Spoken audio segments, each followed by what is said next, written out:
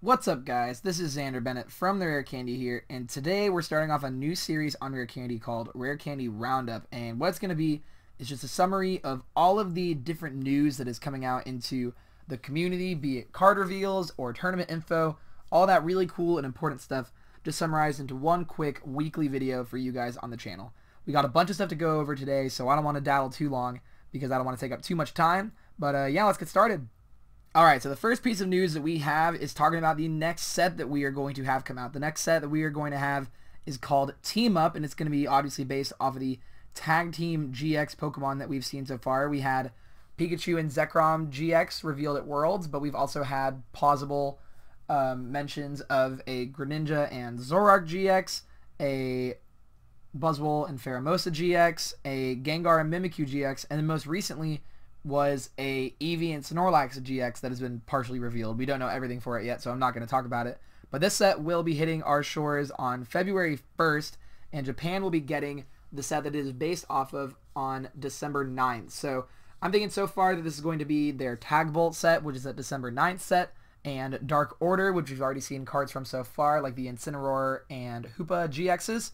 So I think this is going to be a pretty cool set. The set will include at least 181 cards, so it's going to be another really big set for us to do content for, but I'm excited because the sets recently have been really cool, and I think that the tag team mechanic, though it's risky making more big basic Pokemon, have an interesting chance to make some differences in the metagame. So I'm excited overall for the set, and we'll just keep posting cards from that set as they come up.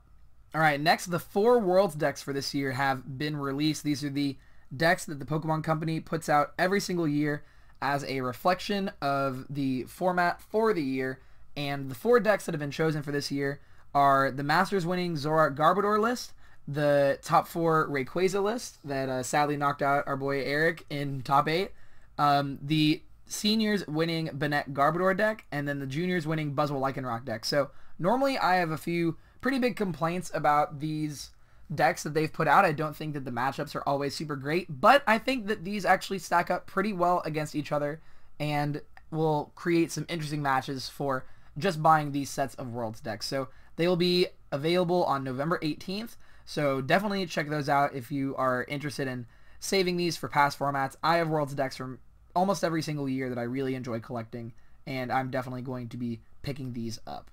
Alright, the next regional coming up is Portland, and you can still register for that on their website. We'll have the link in the description below, but it's just www.portlandregionals.com. You can also register for Blue Ridge Pokemon Regionals, which is the Roanoke Regionals. It's happening not too far from where I am. I will be at that event if you're looking to see some Rare Candy people, but definitely plan on registering for that one before November 1st, before the price increase goes up. If you know you're going to go, there's no reason for you not to do it. It helps out everyone involved, including you, and so just make sure that you are on top of that so you're not spending more money than you need to.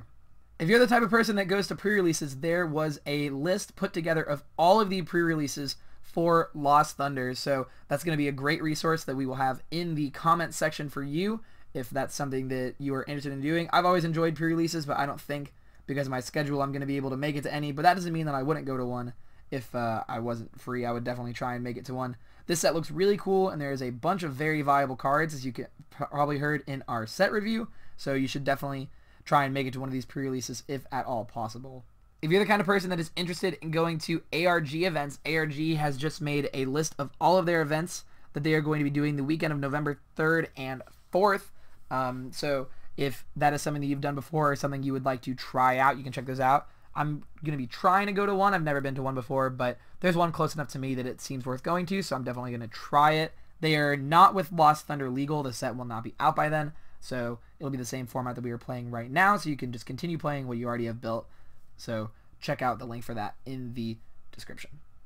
Alright, and now we get to make it to the fun part where we're going to be going over all of the main different cards that have been revealed this past week. We're not going to go too in-depth on every single one of these because we don't know what the metagame is going to look like whenever we get these cards, so we're kind of talking about them in a vacuum. But first off, coming out of the GX Ultra Shiny set, which we saw the beautiful Rayquaza, Charizard, and Zygarde for, is a new Lycanroc GX. It's a 200 HP fighting stage 1 Pokemon that has an ability that is a Flare Grunt whenever you evolve. So whenever you play this card from your hand to evolve one of your Pokemon, you may discard an energy attached to your opponent's active Pokemon. That's pretty good. Especially in the Zoroark Lycanroc mirror, you can use that to tame a Lycanroc. You can discard the fighting and then play an Enhanced Hammer. That stops their Lycanroc from attacking. Fighting double colorless, just flat 120, no special effects. That's also pretty decent. You're knocking out a Zoroark with that. And then for one fighting, it's 30 times the number of energy cards in your opponent's discard pile. Not basic energy cards, energy cards. So this combos really well with that Enhanced Hammer play that I said. You could hypothetically one-shot a Zoroark with a Choice Band and a Diancie in play, and they have 2 energy in the discard pile. So you can get one of those discard pile by using the Lycanroc GX. So if you played an Enhanced Hammer, you get there off of that. So that helps this card out a lot. And then it's weak to grass, to retreat. So I think this card's pretty good. I don't know exactly where it's going to see play. If we ever get a Devolution Spray type effect, we could maybe go back to a similar deck just trying to discard all the energies off of their active with Twilight Eye, which is the name of the ability. So I think this card's pretty solid overall. I don't know if it'll see competitive play, but there's that. The next card is Wonder Labyrinth Prism Star. It is a Prism Star very similar to the ones that we have seen out of Lost Thunder. It has the same text that items and supporters can't discard it, so another stadium or an attack has to be put in play to replace it, and it says each player's Pokemon, excluding Fairy Pokemon, pays colorless more to use its attacks.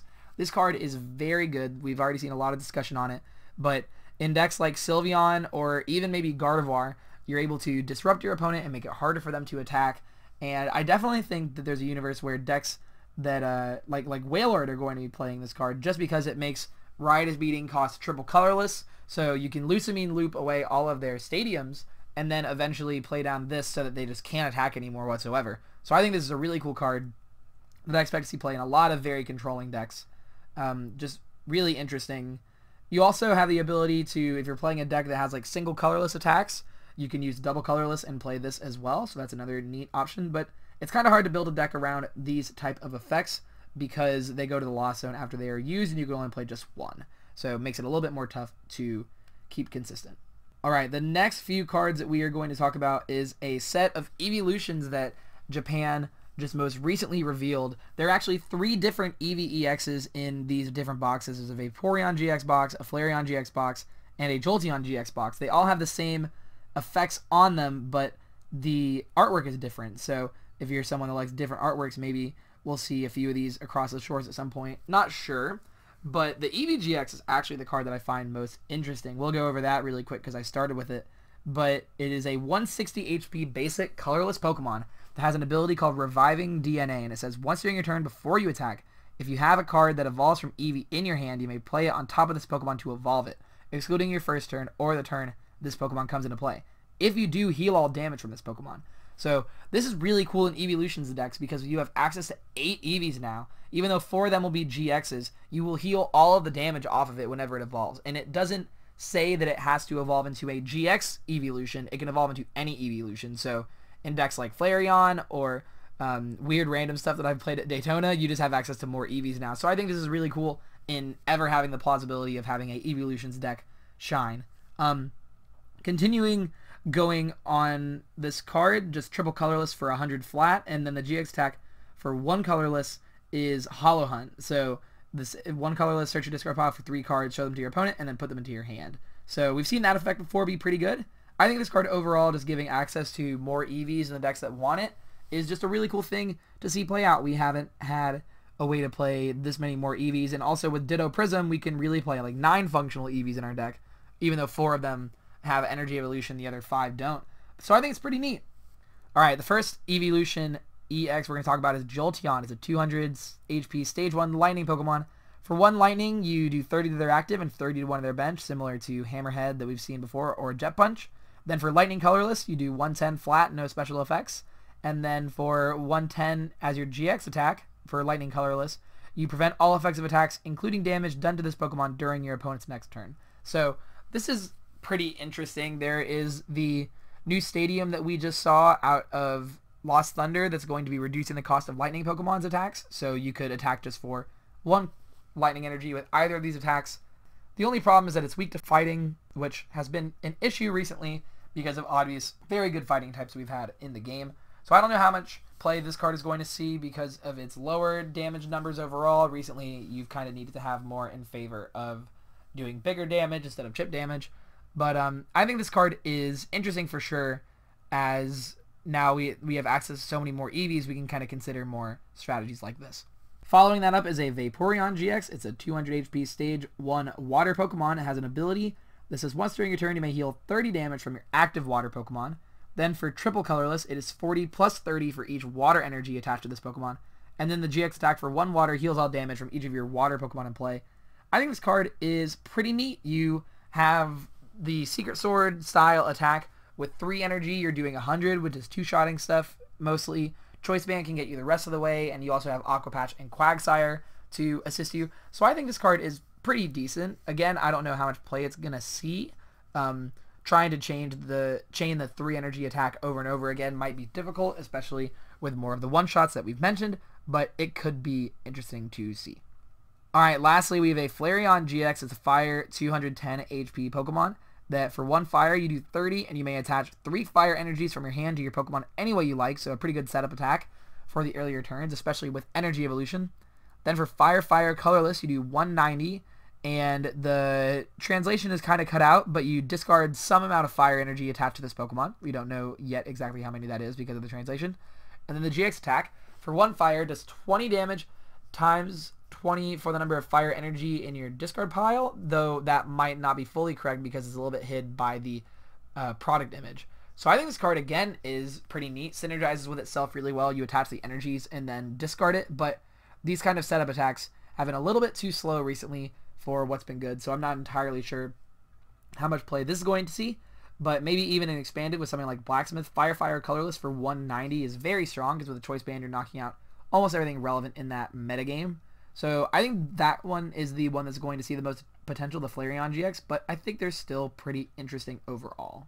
Alright, if you enjoy content like this, be sure to check out our Patreon. Our Patreon has just been revamped, and we have a bunch of really cool options that you can do with our Patreon. So thank you, patrons, for that, but definitely be sure to check that out if you're interested in supporting Rare Candy more.